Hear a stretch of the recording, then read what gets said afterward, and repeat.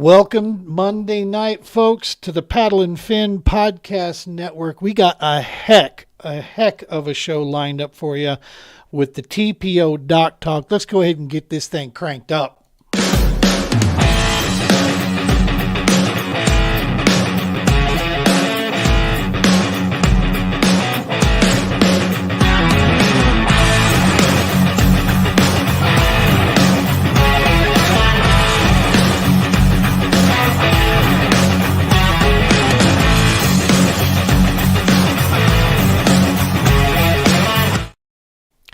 What's happening, folks? It's me, Gene, your host. Welcome to the TPO Dock Talk Podcast. We are back live. Been a couple weeks here. We've had some pre-recorded stuff going down. We'll have a few more of those flying out there. Hope you guys have been enjoying that. A lot of interviews that we've been doing during the, I always tell people we have two seasons, man. We have tournament season, podcast season. That's pretty much what we fall through. And so we got a heck of a library of a lot of those interviews there, and it's our pleasure to highlight a lot of the veteran services out there, veteran-owned businesses, and just introduce you to some folks. Tonight, man, we've got a cool episode lined up here. We're going to talk about the Bassmaster Kayak National Championship that's unfolding here in Oklahoma, that's taking place at the same time as the Bassmaster Classic, pretty much Super Bowl of our sport. Both of those things are coinciding together. They're real close to one another. Kayak Classic on 10 Killer, the Bassmaster Classic being held on Grand Lake. We got a lot of stuff to cover, and I thought, what better than to bring in the three homies from Colorado. They're going to be representing the Rocky Mountain region here, going to be representing Colorado for us. These guys had a hard-fought season last year, and then, of course, had the showdown at the Stingy Horsetooth to kind of settle it all. And these guys rose to the top. So let's go ahead and bring these guys in here.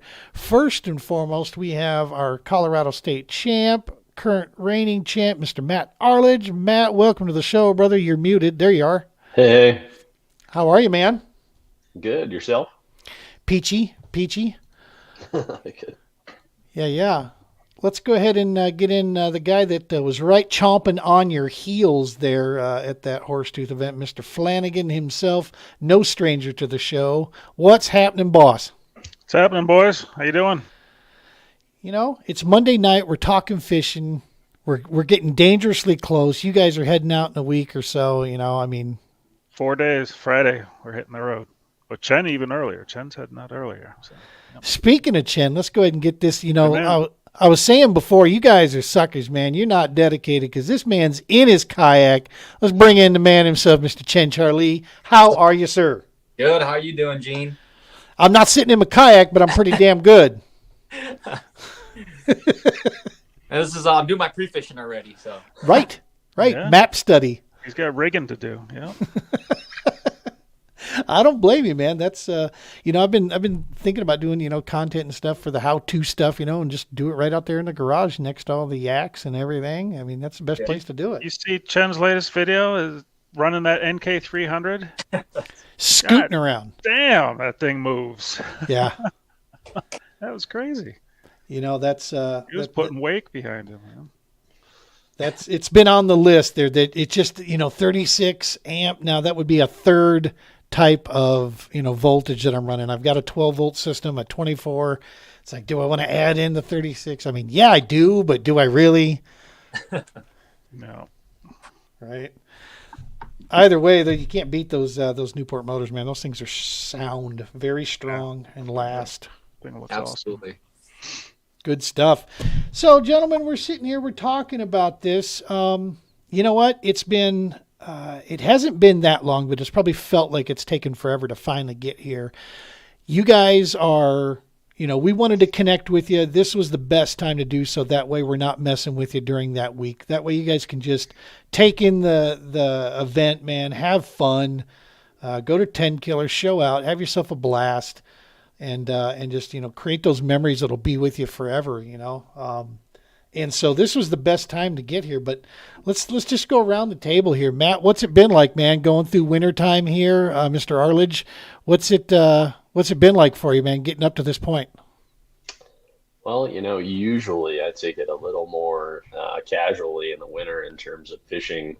I'm not quite as bonkers about going out to Pueblo and all those places in wintertime. I kind of wait for the local places to open up or the first kind of major tournament to get out there. And this Bassmaster Classic is a little bit earlier than most of us really kind of get going in Colorado. So we've Matt and Chen and I have kind of done a couple of like practice days, not on 10 killer, but just kind of around the area to get new gear dialed up. And I think Matt and I ended up with a new kayak, so we had to test those out. And we sort of did a fake tournament just to kind of get the juices flowing again.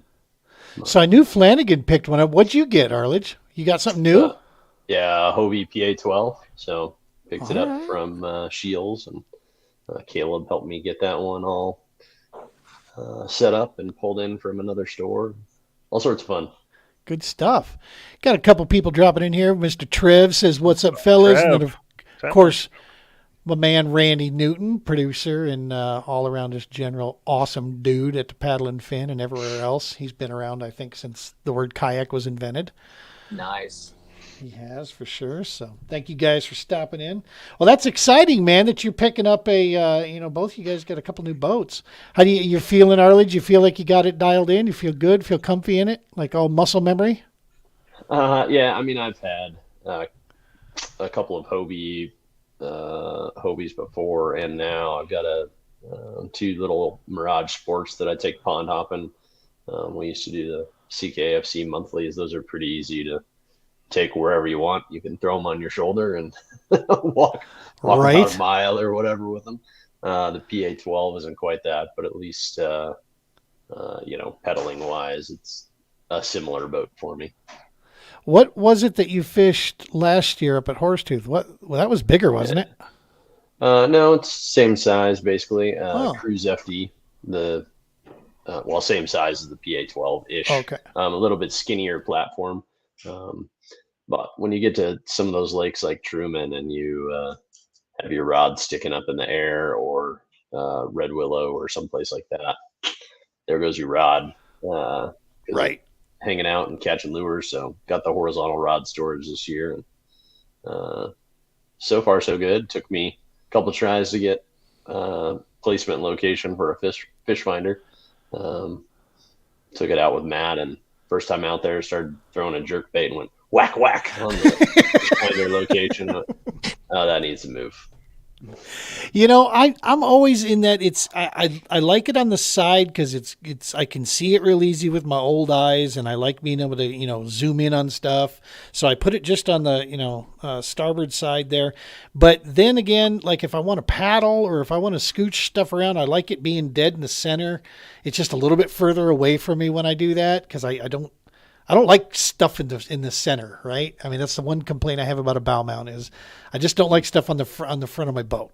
I like that being free of stuff. So yeah, I do the same thing, man. I'm back and forth between those two spots. One trip it's this, next trip it's that. Yep. For sure.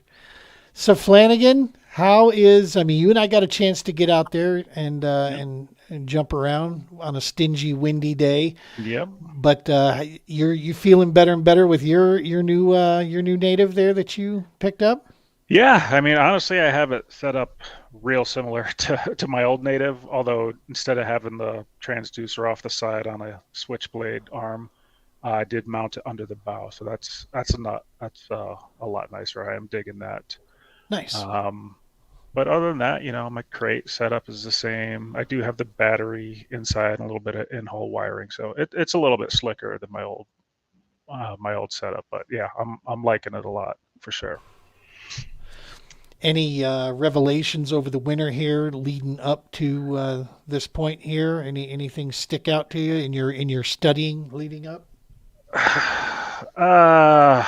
Well, I'm going old school here. This is my forward-facing sonar, I guess. Nice. Yeah, that's my version. That's as close as I'm gonna get to that. But it's easier to zoom that in. Yeah, for sure. Yep. A lot of map study. I got too many areas I want to start.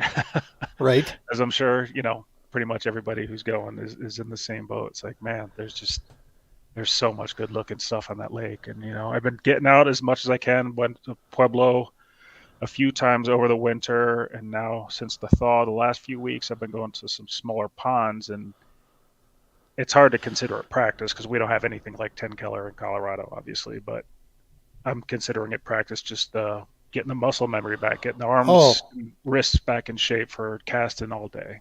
Bro, 100%. The fact of just loading and unloading your kayak, rigging at the ramp, rigging at the parking lot.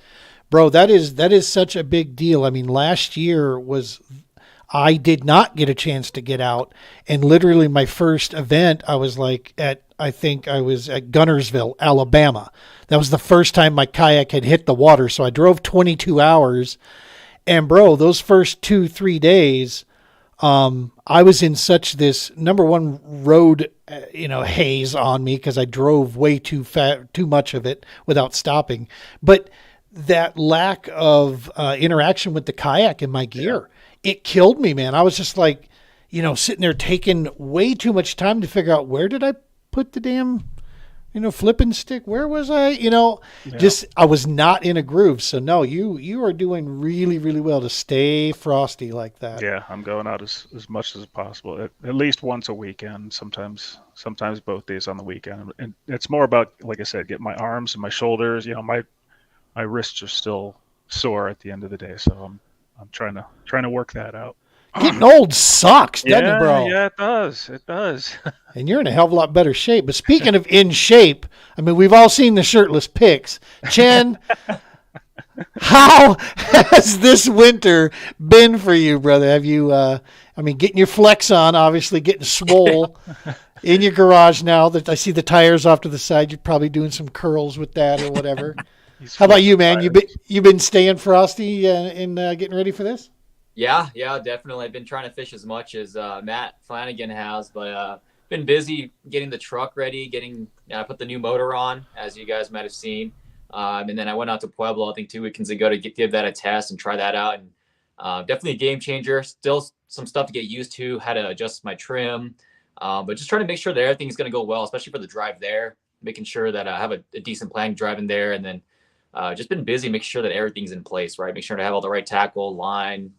I'm not missing anything. So I'm going to bring everything that I have, literally everything that I have, just in case. You never know. I've been on the water before where I'm like, man, I should have brought my swim baits. There's a bass right here, right against this ledge. Like, this would have been perfect, but I didn't bring it. Like Horsetooth, that actually happened. So, but I'm going to bring everything. I'm going to leave on a Thursday and hopefully get there and fish Friday and fish the 5 days that we have. I think pre-fish, or 4 days that we have pre-fish. So it's like what, 10 and a half, 11 hour run? Yeah, about that. 1 hour ahead. So yeah, leave at 5, get there around 5, whatever. Taking it easy for sure. There's something to be said, man. And this is a lot of guys I know that I talk with, take this for granted, but when you're not used to traveling 10, 11, 12 hours to an unknown body of water, you kind of start to take that for granted. You forget, because those of us who have been doing it for a few years, it's just commonplace. It's like, nope, I already know I'm going in there not knowing what the hell I'm going to see when I get there. So it starts to, at some point, it starts to get a little bit more commonplace. But yeah, man, there's a lot to think about as far as food prep and make sure the vehicle's ready. Oil change was good. Tires are all good. If you got a trailer, double that up. You know what I mean? You got to start thinking all those things in there. And there's a lot more that goes into it. I mean, and, we always hear people talk about the money. That's all they talk about. But you forget about the logistics behind this. So, but, the best advice I could throw out there, just control what you can control when it comes to that trip piece. Don't sweat it. There are grocery stores. There are auto parts stores. There's a shitload of tackle stores down there. Right.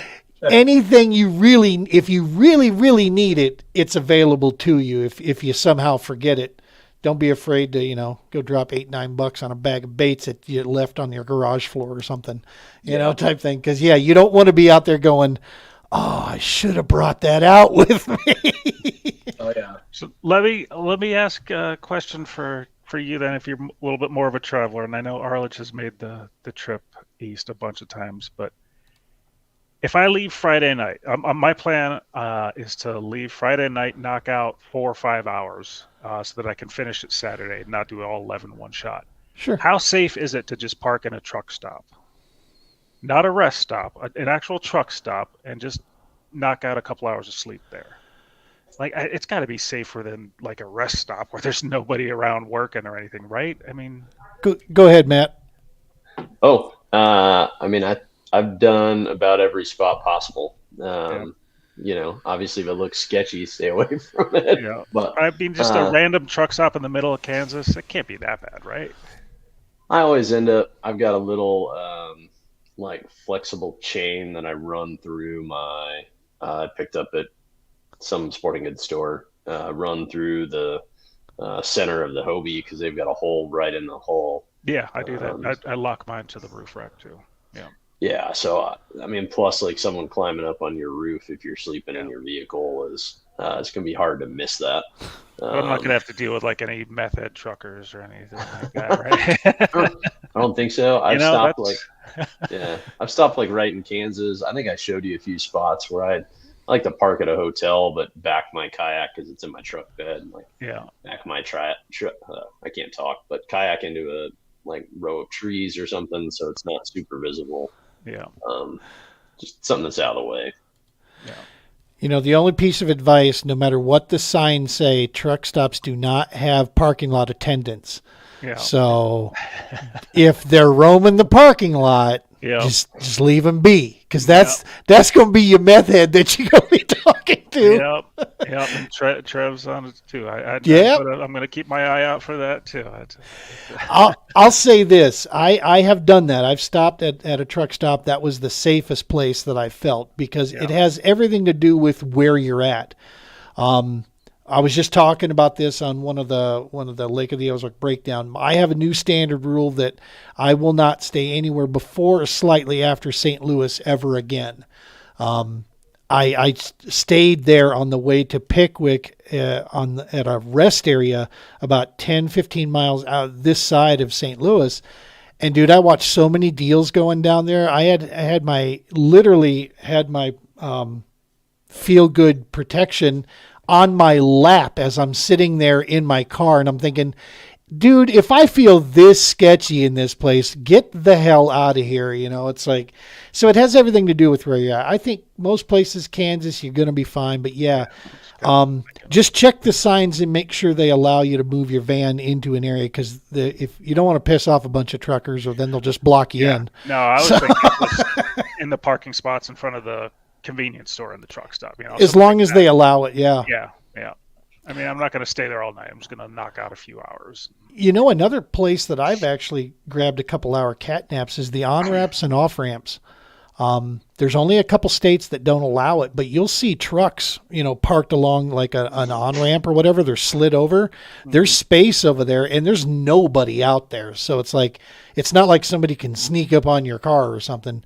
Yeah. I lock the windows, you know, lock the doors, and, you know, throw the seat back, and I've got a few hours just there if needs be. So. Yeah. Well, good stuff, man. Good stuff. So let's talk about it, man. You know, we'll first go over the kayak series here, and then we'll jump into the classic and try to break down some of that stuff here. But kayak series, man, I want to start this, and I'm going to end this conversation the same way. But I first want to tell you guys this.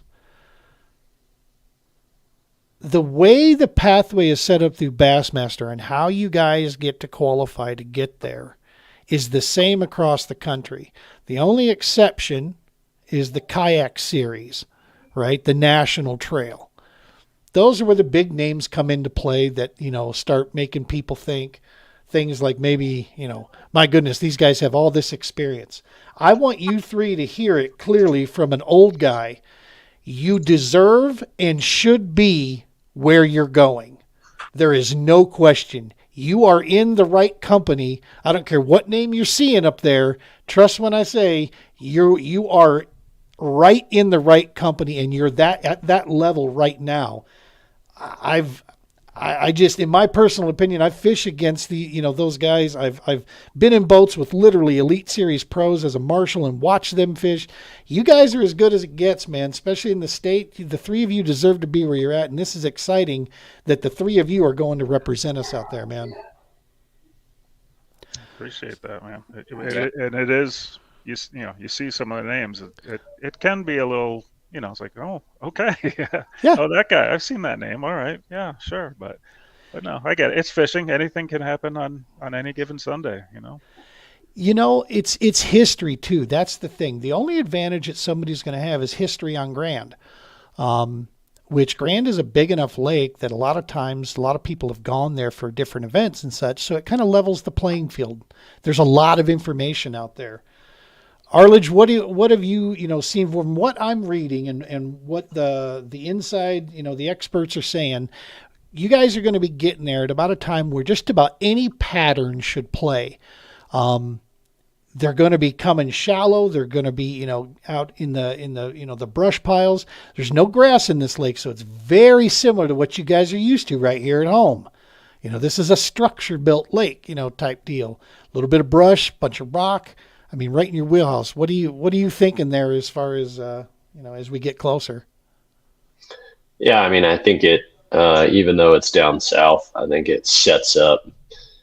I try to put myself in the mindset of wherever we're at in Colorado, somewhere else is usually about a month ahead.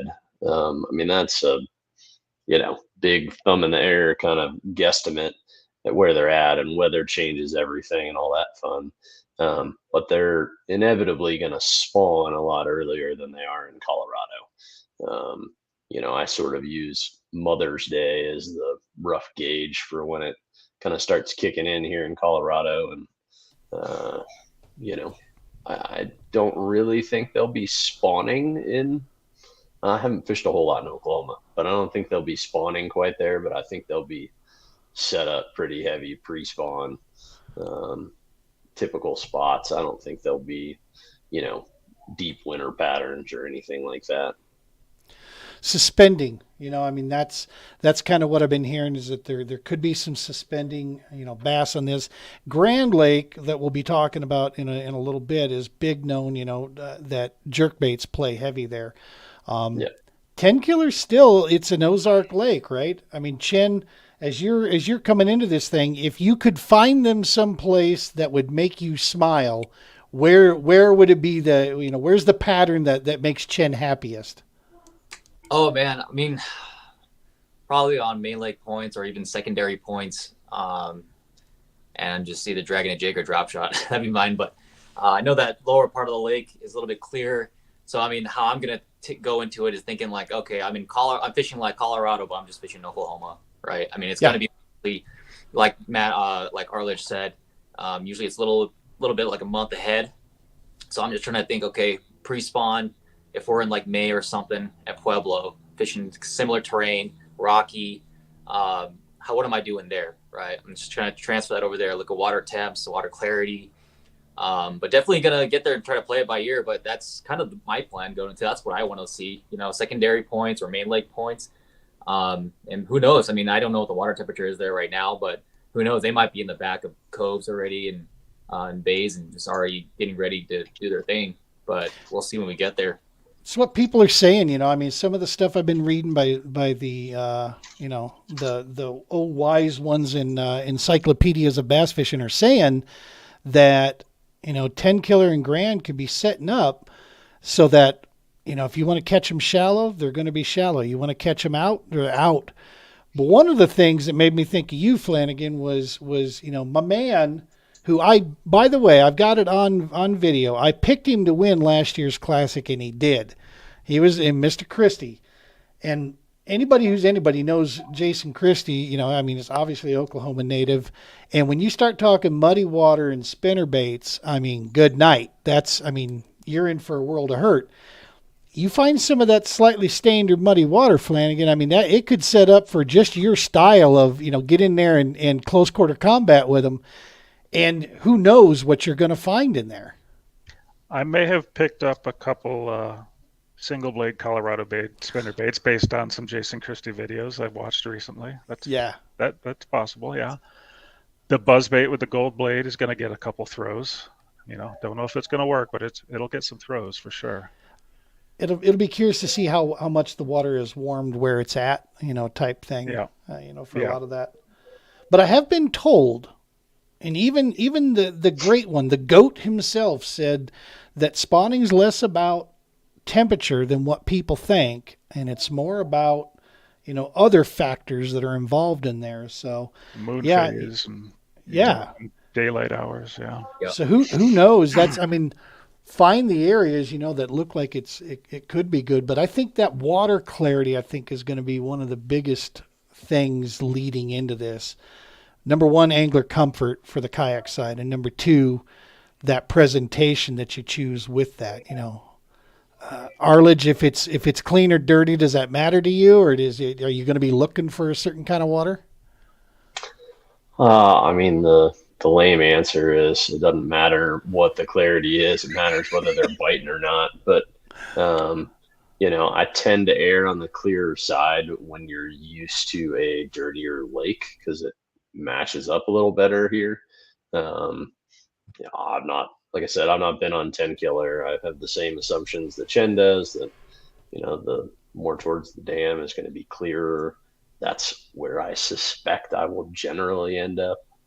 I love cranking this time of year. That's all sorts of fun to me. But, if I'm up shallow throwing a chatterbait, spinnerbait, like that's flipping, like it'll all be fun. So who knows? Lots of brush there too. Yeah, brush piles galore. All right, so let's talk about it real quick. Let's just go ahead and air this monkey out and get it out there. If you're not scoping, you're hoping seems to be the mentality out there these days. Now, I'm going to go on record flat out saying harsh shit. Okay, I don't believe that whatsoever, especially not the levels that we play at. It's you look at all the major kayak events that have the few that have happened already. The kid that won down at Harris Chain, he's 30s or 40s, whatever. But I think that's a kid to us, Matt. Yeah, the 3 or 4 major kayak events that have happened already. Maybe one was one with a scope, if that. Yeah. It hasn't been playing much in the kayak series yet. Not to go down a rabbit hole too far, but here's what I'm going to say, just the short version of this. I'm going to do an episode later where we get into this in the season, but my personal opinion to this, we as a consumer base, even especially the competitive consumer base, are overthinking this, and we're comparing our world too closely to the elites. Okay? I have fished and watched fish several up and coming guys, middle of the range, and old school guys. And I can tell you the difference between fishing with you guys and fishing with them is literally small factors of efficiency and general overall knowledge. It is not that they have, this magic wand that they throw. When they're pitching and flipping a bank, the difference is in a 3-foot set, they'll put 4 flips in there, where the rest of us are putting in 2. They're just a little bit more efficient. They're a little bit faster. They've honed their skills and their accuracy, right? So they're bing, bing, bing, bing, bing. That's literally the difference. And of course, the application of the knowledge that they have over the years. So it's not as if, but when you're at that level, the Jacob Wheeler level, the Fujita level, when you're going against those guys, yeah, I could see where those things start to take place, but we're not. Okay, no disrespect to anybody in the kayak world or anybody elsewhere, but it's like trying to compare a Toyota Series Pro and trying against an Elite Series Pro. There's a different class there, man. There's just a different level of competition that you're going against. Not to say these guys won't be great when they get there, but there is there's a transition that's got to go. So I don't think it's as big of a deal against the fields we're going. I still think you can fish traditional using side scan, using some of this other stuff, and be just as competitive personally. That's just my thought. Especially this time of year, too. Yeah. Oh, yeah. So Trev wants to know there's tank smallmouth in that water and wants to know if any of you guys are going to be chasing that down. Oh, absolutely. I think that's going to be my my main target, to be honest, is smallies. I met up with Eric Ali today to go I want to go pick up some hooks from Eagle Claw, and he had one word of advice for me, was just, hey man, just fish you, right? Too many anglers try to adjust to every single body of water they go to instead of fishing their strengths that they're really good at. Like, I'll tell you right now, I'm not good at fishing dirty water, man. I'm just gonna throw black and blue or something bright and just hope that the vibration brings them in and stuff like that. And that's why I struggled so much in Nebraska, but more of my strengths, and I think it's Colorado is an attribute to that, is clear water and smallmouth. I mean, a lot of smallmouth here, man. It's a lot of smallmouth here. No, he's exactly right. Is that, find areas of that lake that match your style, right? Because they're probably there. Yeah. And if they're not, and you got to get versatile because you got a good tip or your gut's telling you that the bigs are hiding someplace else, get versatile, man. Get after it. So my plan at the moment, which could obviously change if Chen starts smashing big smallmouth down south, but my plan is to start further up north. I'm the one that prefers dirty water. I'm hoping to fish for largemouth. That could kill me. I don't know. I just saw Alex Rojas, and he made a good point. He's like, probably 70% of the field is going to be fishing for largemouth. You could stand out by fishing for smallmouth. You never know. So the problem though with smallies, Arledge, back me up on this if you found this out here, is that I can tell you, especially coming out of Minnesota where I cut my teeth on smallmouth they're such a nomadic bastard that you just can't count on them. The stuff that you find in practice, dude, they just pick up and move. I mean, like with the efficiency of a Sioux tribe, you know what I mean? They're just like, there's no sign of them. They were never there. They're gone. I mean, have you found, the Highland Reservoir smallies to do the same, Arledge? It's a little weird because like we get horsetooth that's, I think there's 2 largemouth in there somewhere in total. So you get more of the pack action on smallmouth there, or, I've fished Lake St. Clair once. I don't have a lot of experience, but that's like a pack type of lake. And I'm not saying they won't travel in packs on a 10 killer, but they're not as prevalent. I tend to find smallmouth on those lakes mixed in with the largemouth anyways. To some extent. They set up a little bit differently to me, and I think you may come across more of them, but I think it's a byproduct of wherever you're fishing that you'll get a mix. Now if you go way up north in 2 feet of water, like, you're probably not going to catch any smallmouth ever. Right. So there's a balancing point, but I don't know that they'll leave your spot so much as set up on a type, like a point or secondary point or something. Yeah. Well, I can tell you, man, lacrosse smallmouth, if you're banking on them, you should, call the 1-800-GAMBLER hotline, because you are going to be drawing a hot bath with a bottle of vodka at the end of the day if you're counting on those smallies on the river, because they are just, you just can't count. If you land on them on tournament day, count your blessings and burn them to the ground. Catch as many of them as you can in a given area, and thank the fish gods for blessing you, because it's such a tough deal up there. Todd Martin's out here, says good evening, and he's saying that they treat him well, the smallies too. Or maybe he was commenting on my gambler hotline, one of the two. You never know with Todd. You can never tell with that. So yeah, man, that's it's, you never know. On the fish patterns there, the dirty water, the clean water. Find the areas like you said. By starting. The other piece here, and I don't know, I'll start with you on this, Chen, how much you do this.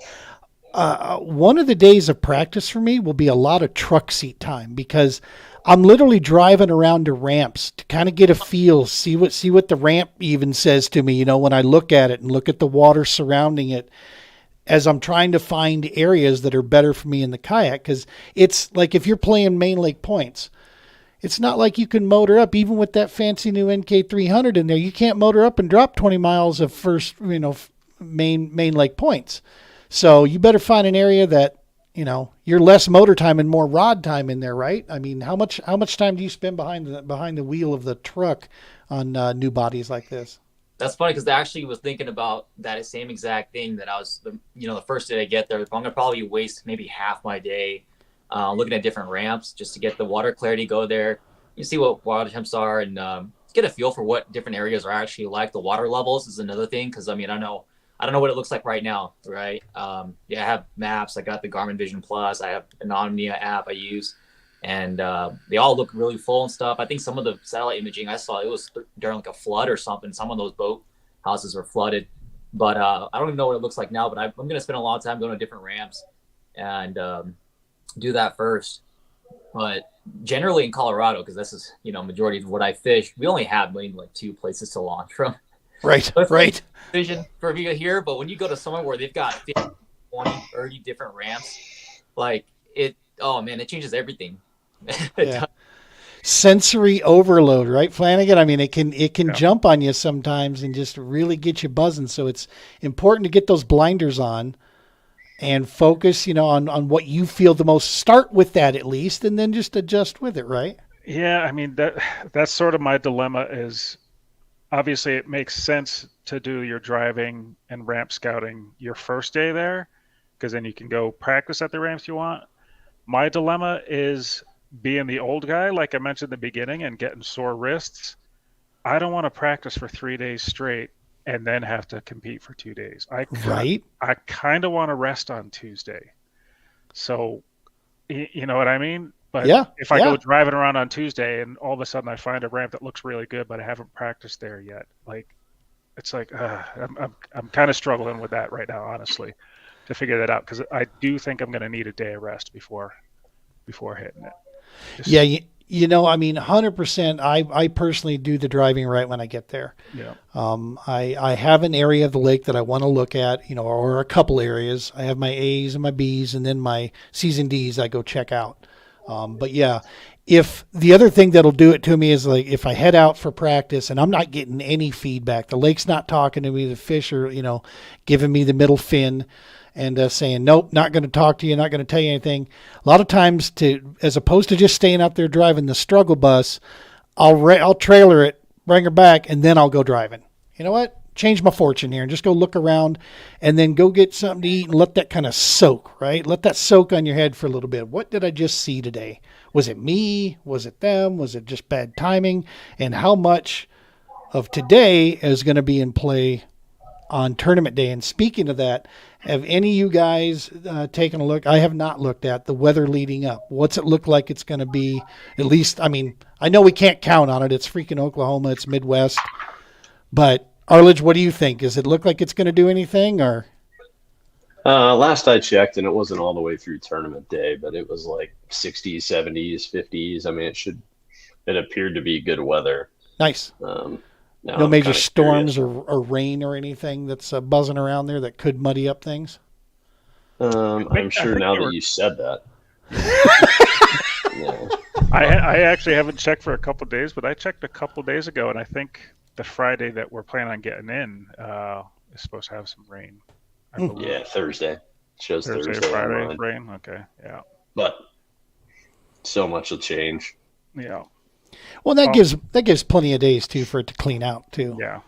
I mean, they should be flowing there. Matt Collins joining us. What's up, brother Matt? How you doing, man? MC Hammer, what's happening? That's right. Matt, we got Matt Cubed in here now. Yeah. That's right. Okay, you guys get to get original. I need some middle names here in there so that we can throw around. Oh man. Chen, you're an easy one, man. Only Chenchar I've ever met. I'm gonna make my middle name Matt. I swear. That's what it takes to start winning some of these tournaments. That's what I'm gonna do, man. Right. I think last year we had like a bunch of Matts in the top 10 every single tournament. Well, we're gonna have to deal with Collins over in CKB this season too. Yeah. Oh, right. Yeah, Mr. Rookie of the Year followed by Angler of the Year over there. Yeah, he's coming in. He saw some of these plaques that we have, and he's wanting to get them right. So he wants to go to Texas next year for the for Fort Worth for next year's Classic. Right. Yeah. Chasing the Bassmaster Classic, man. I mean, I you know me. I mean, I love the All-American. I love what it stands for. I love what everything does. About the All-American and the people behind it. But I mean, I'm also a fan of our sport, man, and fishing in the national championship for Bassmaster is pretty much the big dance in our sport right now. Now next season coming up, that Hobie Boss National is going to be, giving the national championship for Bassmaster a run for its money, because now with motors in, now you're going to get an open field of a lot of anglers in there, of varying backgrounds and skill sets. So yeah, it's going to be super cool to watch. But yeah, it's a ton of fun for you guys. Let's switch gears here a little bit. Let's talk about the Classic over on Grand. I'm going to let this out of the bag here. Our little podcast, TPO Talk podcast, has been granted by the powers that be at Bassmaster. They have granted us media credentialed access to this Classic and the kayak series. So I'm proud to say that we are going to be there. I'll be getting in late on Wednesday night of your day one competition, so I can get my credentials. And then Thursday, we got some stuff lined up there that's going to be going on. So we'll be there Thursday, and I'm actually going to leave Sunday morning before the big dance weigh-in. I'm not going to be there for that, just because I have some other obligations and we got to get back in time. But Friday, the top 10, where I hope to see the three of you in the top 10 up there. Yeah, we've got we're basically with media access, man. We're going to have some interviews with some anglers, big names like Matt Arledge, Matt Flanagan. They should all be here. Chenchar, actually, Matt Char, I think is his name. But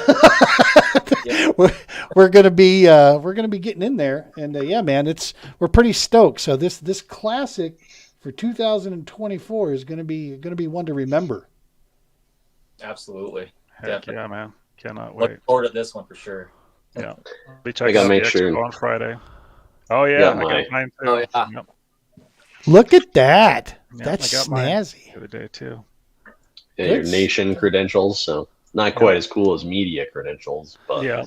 I don't get mine in the mail. I got to go pick mine up there, right? I think some dude named Louis outside the hotel or something like that. I think there's a Louis Stout that works for Bassmaster, so maybe it is Louis. Nice. So the leading in here, man, there's a lot of buzz about Grand, and what they've been talking about is very similar to what guys have been talking about 10-keeler. It should set up any way right now. Your style of fishing, how you want to fish it, go fish it. Another legendary Ozark Lake, their Western Ozark, Highland Res. What do you guys think of this Classic leading in? It's got a kind of a scattered field. Just to give some context here, the Bassmaster Classic has been to Grand Lake 3 times in its history. The first time they were ever there was 2013. They went to Grand Lake. Cliff Pace won that. 2016, they came back.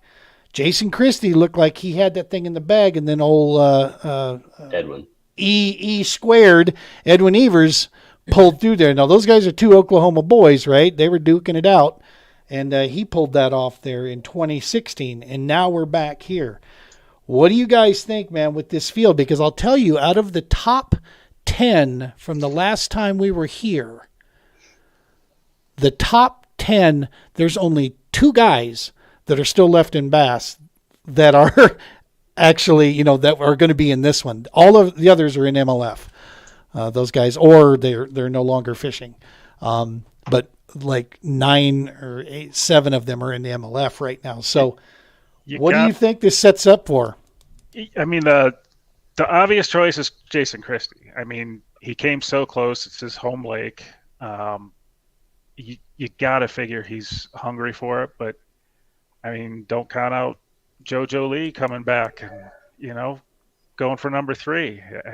I could see him pulling it out too. And then there's the whole youth movement. There's so many good young guys on the roster now. It's hard to say, but I'm just gonna take the boring safe pick and say Jason Christie. He's gonna be hungry for us since he came so close last time.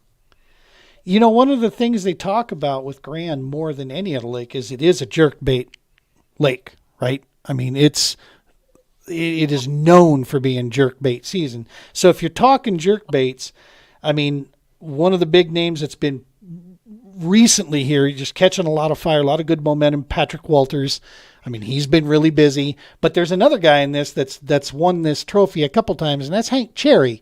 I mean, hello, Berkeley Stunner. You know, I mean, this guy knows jerkbaits, y'all. I mean, so Chen, what do you think? Are those two guys legitimate runs? Sorry, real quick. I just have to say I realized I'm a dumbass. Jordan Lee, of course, didn't qualify to fish it this year. He was in MLF last year. I don't know why I said him, but anyway, carry on. Sorry. Two-time winner. I don't blame you. I mean, back-to-back winner. Yeah, I was thinking he was back, but I was like, wait, he couldn't have qualified. So, also, anyway, sorry, we want to get Jordan on the podcast too. So I think you were channeling, us here. Right. Man, I don't. To be honest with you, I try to keep up with who's qualified and who's not, and there's just so many names that it's so hard to keep track of when you're so busy doing other stuff. But I know Jason Christie is an Oklahoma guy, and he's just so good, dude. So, I mean, I got to say with Matt Flanagan, too, I think Jason Christie's got it. It's just so different when you have somebody like that lives on that body water or knows that body water so well like the back of their hand. And I think about the bodies of water that I fish, right? I don't really tell people. And I'm like, if we were to ever run a tournament here, I guarantee you I'd probably do pretty well, right? Versus people that haven't fished that body of water, no matter how much experience they have on any body of water. You know that lake or know that place. You got spots, you got history. I mean, you have basically plan B, plan C, plan D. But, Brandon Pollock. Yeah, Pollock. I'd love to see him win it. I want to see him win. Absolutely, If I had to put my money on it, I'm probably going to go with Jason Christie. Yeah. But I want to see Pollock win, man. Yeah. Electric. I take a lot from Brandon Pollock. I just love the way that he looks at fishing, the way he fishes, the way he breaks down lakes, what he did, what he saw. But definitely Jason Christie would be a number one of mine. You know, the argument on BP too, don't forget, is that in 2013 he came in second place here at Grand Lake. And I mean, the dude is like the bass fishing equivalent to the Iceman. He is just ice in the veins, calm under pressure, good dude, and he just takes care of business, man. BP is one of those guys that when you think the word professional, that's the face you see, right? I mean, he's the guy for that kind of stuff. So yeah, Pollock, I think I don't think that's a bad bet at all to throw in for a deal like this. I don't know if you guys saw, I think it was the last tournament of last year when he had a dead fish and it kind of went by like 4 ounces or something. Yep. And like, it was heartbreaking, man. Like I had goosebumps for that video. I was like, man, that is like probably one of the worst feelings that I could ever imagine. It's like, it's meant to happen, you know? It's like, how often are you going to have a chance to win it and you have a dead fish and you lose by 4 ounces or something like that? Yeah. For what was it, like a 6 ounce penalty or something like that? And he lost by 4 ounces. Yeah. Yeah, definitely going to be rooting for BP and Christie. Yeah. A lot of those guys. There's just so many good guys up there. There's another guy on that local tip like Christie, and he's got a lot of steam coming into this, is that Luke Palmer. Luke Palmer has been on a tear, recently with just, solid, consistent placements. And he's got hours on that lake, man. He knows that place inside and out. So that's another name we might be hearing. Of course, and it's funny to list these guys as dark horses, but you would think this. I mean, the last time, I think 2016, I think he came in 10th place. Greg Hackney, right? Hack Attack. He's going to be there. That to me, if one win could really warm my heart, it would be Hackney getting this, man. He's given our sport so much, and he's one of the old guard, man. And he's the guy that's going to fish shallow. He's gonna throw a middle fin up to other techniques, and he's gonna fish hard, and you won't outwork him. I guarantee that. You can't outwork that dude. But the other dark horse in this, and I don't know if dark horse is the right, but of course Milliken. I mean, the dude's on fire, right? And the thing about Milliken that this could set up for, and Arledge, give me your opinion on this. He doesn't fish for a limit. Okay, he's going for the monsters. That's how he fishes. He's done it. He made a career out of it on YouTube, and now he's doing it in the elites. He doesn't go for a comfortable limit. He's throwing big swim baits, and this time of year, man, if he finds them right, I mean, good night. He could really shock the field here. What do you think, Matt? Is that a possibility? I mean, yes. I'm giving some real. Is it a probability? I mean, I'm horrible for this, but I can't watch Ben Milliken fish to save my life. Like, it just pains me to watch him. He's just not a personality I can follow. Right, right. So I'm okay if he comes in last. Like, it's terrible, but is that just because you're from Missouri and he's from Nebraska? Or is there more? Is it like a regional thing? No, it's like anything else. It's like, you've got Mike Iaconelli, who's kind of loudmouth and just generally is a very polarizing person. You've got someone like KVD that sort of everybody loves, and then there's someone like Skeet Reese who's similar to Iaconelli in that he's kind of boisterous, but I actually like Skeet Reese. So there's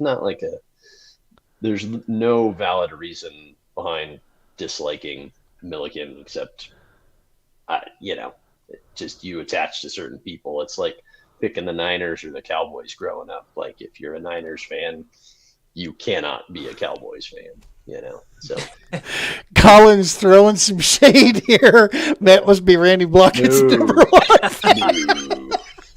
No, I would go on a month-long road trip with Ben Milliken before I put up with Randy. So, it's one of the cool things about the sport, though, and about YouTube and social media, is that the personality side. Yeah. And it's totally cool that we need to be okay with going, that dude's personality just doesn't do it for me. Because I'll be honest, I'm not a big fan of the YouTube content myself. I know that the person is probably different than what we're seeing. And so, I'm excited. I hope that we put in for a request to interview him, and I'm hoping I get a chance to, because it'll be cool to actually get a chance to meet him, firsthand and just see. Because we're all, my first Red Crest I went to was the very first Red Crest that ever happened. And it was a chance that I got to meet a lot of my boyhood heroes and young man heroes. And I fanboyed out hardcore. And I can tell you in the last 2-3 years, and after having a chance to get to know a lot of these guys, it changes. I don't fanboy anymore. They put their hooks and bait on the hook the same as you and I do. Ain't nothing different from them. But yeah, the YouTube stuff, man. Yeah, I get it, brother. I mean, I don't know if I could hang out more than about 5 or 10 minutes with Iaconelli. He's kind of all over the place. Come on. I grew up just outside of Philadelphia. There you go. That's my dude right there. Right, there you go. Totally different person. I'm sure he's a good dude too. I'm not saying anything about who they are. It's just, I don't want to be with what I see on the screen. He's actually not my favorite, but I don't mind him, and he's got the same accent as all the people I grew up with. So nice. Yeah, if I had to pick someone for the tournament and not go with Jason Christie, because I think, you can bank on that guy pretty much being a top 5. You can't ever pick the person to win super easy. That's just, so many things have to go right. I'd probably throw a dark horse out there and go with BP's, I think it's his brother-in-law, Carl Jochimson. Yeah. Right. He grew up in, when he came here from Australia, it's read something, he lived in Tulsa for a while. So that's probably someone I would pick. If not him, then sort of side with the Japanese anglers. My mom's side of the family is Japanese, so I pick one of those guys. Fujita. How do you pronounce his first name? I think it's Koyoya. Now, Koyoya. I'm only quarter Japanese and don't speak it, so I'm not going to say their names. I would butcher it and do dishonor to my family, but one of the 3 guys that are there. Well, and wouldn't you think, this is the kind of wrap this up, this is one of the cool things. So here we've been saying all these names of these legends, these heavyweight champions of our sport. But dude, because of technology, because of resources available through the interwebs, and all of the internets combined when you have them on your phones, Because of these things, bro. I mean, names like Fujita, names, out there, others that we're talking about. The kid that just won Fork, he smashed him. That kid's he's a hammer. Kimura. Kimura's another one. Trey McKinney, that's what I'm thinking of, yeah. Cole Sands. I mean, Kyle Patrick, these guys, and then who's this other guy? Trev just mentioned rookie Tyler Williams. Just spent all of December at Grand. I mean, these guys, it's not as far-fetched anymore that one of them could slide right up through and take that, that coveted trophy. I mean, I think the inner old guy in me says, I mean, I want to see guys like Hackney or somebody complete the mission, right? It's like Dan Marino never winning a Super Bowl still doesn't sit well with me, right? You want to see, it would have been nicer to see Ray Bork win the Cup with the Bruins, but it was still cool to see him win it with the Avalanche. Right. Personally, I think he looks better in burgundy, but whatever. For sure. Absolutely. Well, guys, I said this at the start, and I want to say it again. You deserve to be where you're at. You've earned your spot amongst these great names that you like to look at there in the kayak series. And please get that in your head and know it through, sleep on it. You guys deserve to be there. You should be there, and you have as much chance as any one of these other, guys or gals out there to go in there and, when control what you can control, have a blast, take in this moment and just, appreciate the heck out of it and go freaking mop them up, man. I'm looking forward to watching you guys just go be yourselves, have fun, just leave nothing less, for chance type thing out there. It's one of the arguments that I use against when guys talk about, again, the hot topic, forward-facing sonar. One of the things we tell people is you're not really fishing against the other guys and gals. You're fishing against yourself, right? That's the thing that we're fishing against every time we go out. Well, my other self isn't using forward-facing, so I'm doing just fine. Yeah. So I just sold my unit to a guy you guys are not happy that I sold it to. Oh, I heard about that. I heard, I've been told. Yeah. And it's good though, because I spent 2 seasons with it and I may get back to it. I got, I'm switching brands. I'm moving over to something different. So I may come back to playing with that, but I got to fish where I feel happy, and I'd rather lose happy than go out there and drive the struggle bus around and use tournaments as practice. That doesn't work for me. How do you lose happy exactly? Fishing the way that I want to fish. I'm going to go down swinging. Yeah, I'm just. It's like hockey. I'm a special kind of stupid with hockey that I had the most enjoyment playing in net as a goalie. And I would rather go out and get 13 goals put on me as a goalie than go out and win as a forward. I just did not enjoy the game as much out as a forward. I had to be in net. That's where I felt, comfortable. And that's where things, were best. And that's the same way with fishing here is I have a certain style of fishing that I like to do. And I'll use my side, I'll use my down and my clear view. But sitting there and eyeballing forward facing, just isn't my game. Not right now. It's not my thing. I can barely even use my down and side. I'm just visual targets all day. That's my deal.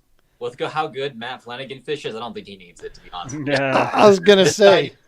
This guy showed up we went to the same pond and I was fishing there for like 4 hours. This guy showed up, caught a fish, and I was like, what the heck? I need 4 hours and we got a freaking bite.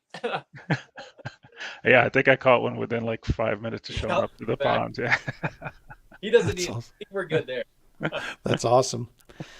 Well, did we forget anything, guys, or anybody you guys want to, any sponsors, anything like that you guys want to give a shout out to before we wrap this whole thing up? Well. Oh, we do have a question from the crowd.